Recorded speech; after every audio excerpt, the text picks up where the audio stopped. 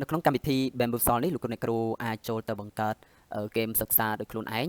ដោយជំហានដំបូងលោកអ្នកគ្រូចូលទៅកន្លែងពាក្យ My Library នេះបាទបន្ទាប់មកពេលដែលលោកអ្នកគ្រូមិនទាន់បានបង្កើតគឺកន្លែងនេះអត់មានទេបាទយើងមានតែផ្ទាំងមួយនេះទេបាទផ្ទាំងនេះ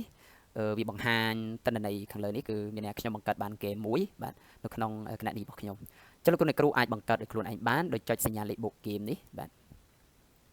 តបមកតើលោកអ្នកគ្រូដាក់ឈ្មោះអីគេឡើង title នេះឧទាហរណ៍ថាយើងដាក់តេស្តមេរៀនប្រចាំខែកក្កដាអញ្ចឹងលោកអ្នកគ្រូចង់តេស្តលើមេរៀនអ្វីបាទមេរៀនមួយណាលោកអ្នកគ្រូអាចបញ្ជាក់ description នេះលោកអ្នកគ្រូដាក់អីក៏បានដែរឲ្យតែជាការរៀបរាប់មួយកុំឲ្យយើងមានភាពភ័ន្តច្រឡំអីចឹងទៅអញ្ចឹងយើងអាចដាក់ថាតម្លៃនៃពេលវេលាតម្លៃនៃពេលវេលាបាទតមកកន្លែង language នេះបើចេញភាសាអង់គ្លេសលោកអ្នកគ្រូអាចដាក់វាពាក្យ KHMER នេះមកវានឹង load central ខ្មែរលោកអ្នកគ្រូជ្រើសរើសនឹងមកបាទបន្ទាប់មកលោកអ្នកគ្រូពិនិត្យមើលកន្លែង text នេះមិនបាច់ដាក់ទេកន្លែងខាងក្រោមនេះគឺតកតងនឹង public មានថា game យើងដាក់បានតែជាសាធារណៈបើលោកគ្រូចង់ដាក់ជា unlisted អត់បានទេ private ក៏អត់ដែរតោះតែយើងបង់លុយមានថា game របស់យើងពេលដែលបង្កើតហើយគឺអ្នកដទៃអាចចូលលេងបានអត់ប៉ះពាល់យើងទេគ្រាន់ថាអ្នកដទៃអាចចូលលេង game របស់យើងបានបាទតោះមកលោកគ្រូអាចដាក់ជារូបភាពដើម្បីសម្គាល់បាទអញ្ចឹងដើម្បីដាក់រូបភាពលោកគ្រូចុចកន្លែង choose file នេះមកបាទហើយរើសរូបភាពដែលលោកគ្រូពេញចិត្តទៅតែនៅកន្លែងនេះខ្ញុំអត់រើសទេខ្ញុំដាក់ make game បាទអូមកក្រោមមកលោកគ្រូចុចកន្លែង make game នេះមានថាបង្កើត game បន្ទាប់មកជំហានបន្ទាប់នេះគឺលោកគ្រូអាចដាក់សំណួរហើយនឹងចម្លើយបាទឥឡូវខ្ញុំធ្វើការបង្កើត game ដោយ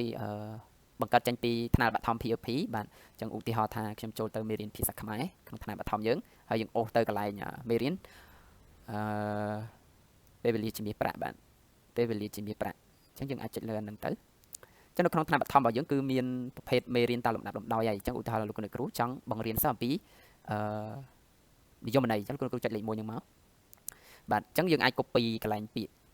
បាទកិរិយាសព្ទនេះយើង select អានឹងមកហើយយើងដាក់មកកន្លែង question នេះមកបាទយើង copy នេះសិនបាទហើយយើងមកដាក់កន្លែង question បាទអញ្ចឹង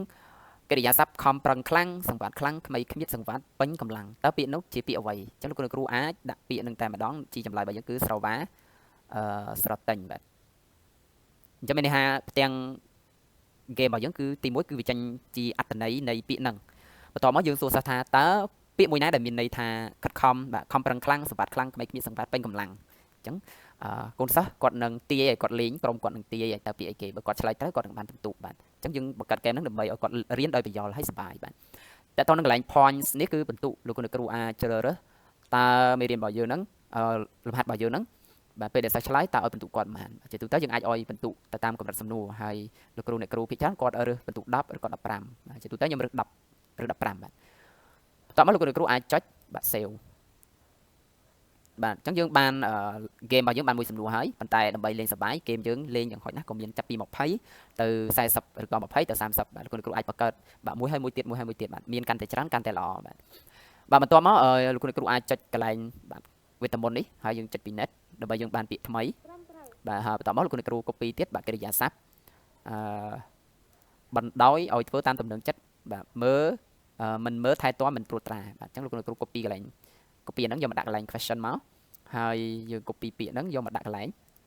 answer បាទអញ្ចឹងពេលដែលពាក្យហ្នឹង load មកយើងសួរសិស្សថាតើកិរិយាពាក្យណាដែលជាថ្នាក់ពាក្យកិរិយាសព្ទបណ្ដោយឲ្យធ្វើតាមទំនឹងចិត្តអីចឹងទៅបន្ទាប់មកយើងសួររកពាក្យហ្នឹងបើគាត់ឆ្លើយត្រូវគឺគាត់បានពិន្ទុបើឆ្លើយខុសគឺគាត់មិនបានពិន្ទុទេបន្ទាប់មកលោកគ្រូចុច save បាទបន្ទាប់ពីចុច save ហើយគឺបាទកិរិយាសព្ទឬក៏ពាក្យរបស់យើងលំហាត់របស់យើងហ្នឹងគឺវា load មកបន្តគ្នាបាទអញ្ចឹងលំហាត់របស់យើងនេះអត់មានរូបភាពទេបាទហើយលំហាត់ខ្លះទៀតគឺមានរូបភាពបាទអញ្ចឹងអានឹងចាំវីដេអូក្រោយខ្ញុំនឹងបង្ហាញរបៀបដាក់រូបភាពអញ្ចឹងលោកគ្រូ copy អញ្ចឹងមកយើងពេលរួចហើយលោកគ្រូអាចចូលទៅបាទចាក់ចេញយើងចូលទៅកន្លែងផ្សេងបាទនេះជ្រើសរើសវេវចនៈសព្ទអញ្ចឹងលោកគ្រូអាចច្បល់បាទអញ្ចឹងយើងដាក់ស្រវាសំណាងស្រវាប្រតិញរៀនសូត្រអីចឹងមកលោកគ្រូអាច copy ហ្នឹងមក copy វាមកដាក់ចូលទៅកន្លែង question ហើយយើង copy ពីអវ៉ាឆ្លៀសវៃសង្វាតស្វាហាប់ហ្នឹងចូលដាក់ជា A B នៅខាងក្រោយប៉ុន្តែបើប្រមាថមើលលោកគ្រូអាចបង្កើតអានេះទៅជារូបថតនៅក្នុង Google Slide ណាបាទឬក៏នៅក្នុងកម្មវិធីអីមួយផ្សេងទៀតដាក់វាបានជា4ជម្រើសទៅ A B C អញ្ចឹងទៅហើយយើងដាក់វាជារូបភាពបាទអញ្ចឹងអានឹងចាំវីដេអូក្រោយខ្ញុំនឹងបង្ហាញអញ្ចឹងក្នុងវីដេអូនេះខ្ញុំក៏បង្ហាញតែការបង្កើតសាមញ្ញតោះមកលោកគ្រូអាច save រួចហើយលោកគ្រូទៅណាទៀតបាទឥឡូវខ្ញុំព្រីកញ្ចក់បាទពេលរួចហើយលោកគ្រូបាទអាចចូលទៅកន្លែង library នេះមកបាទនេះចឹងเกมរបស់យើងហ្នឹងគឺអាចបង្កើតហើយគឺកន្លែងនេះបង្ហាញថាធ្វើបាន2សំណួរបាទហើយមិនទាន់ដែរលេងទេឥឡូវបើលោកអ្នកគ្រូចង់លេងយើងធ្វើម៉េចបាទយើងអាចចូលកន្លែង library មកយើងចុចអាផ្ទាំងតេស្តហ្នឹងមកបាទពេលដែលចុចហើយលោកគ្រូអ្នកគ្រូមើលឃើញកន្លែងនេះបាទអញ្ចឹងវាបង្ហាញផ្ទាំងសំណួររបស់យើងបាទសំណួរទី1សំណួរទី2បើយើងបង្កើតបាន50វាបញ្ចេញ50ហើយយើងអាចចុចមើលទៅតើការសរសេររបស់យើងត្រឹមត្រូវអត់បាទតើមកលោកគ្រូអ្នកគ្រូអាចចុចពាក្យ play ដើម្បីលេងបាទហើយយើងរើសពាក្យ play for free ហើយយើងជ្រើសក្រុមបាទតើលេងបានក្រុមបាទយើងអាចលេង4ក្រុមអញ្ចឹងទៅហើយយើងរើសពាក្យ classics បាទចឹងដោយសារតែសំណួររបស់យើងនេះទៅបង្កើតបាន2យ៉ាងផ្ទាំងលេខ1លេខ2លេខ3លេខ4ហ្នឹងវាចេញតែបានតែប៉ុណ្្នឹងឯងព្រោះវាអត់មានអីដែលត្រូវចេញថ្មីណាបាទអញ្ចឹងលោកគ្រូត្រូវបង្កើតឲ្យបានច្រើនបានមានលបែងច្រើនលេខក៏ចេញច្រើនដែរបាទតោះមកយើងអាចចុចលេងបាទដូចវីដេអូមុនបាទអញ្ចឹងការបង្ហាញរបស់ខ្ញុំមានតែប៉ុណ្្នឹងទេបាទជម្រាបលាលោកគ្រូអ្នកគ្រូ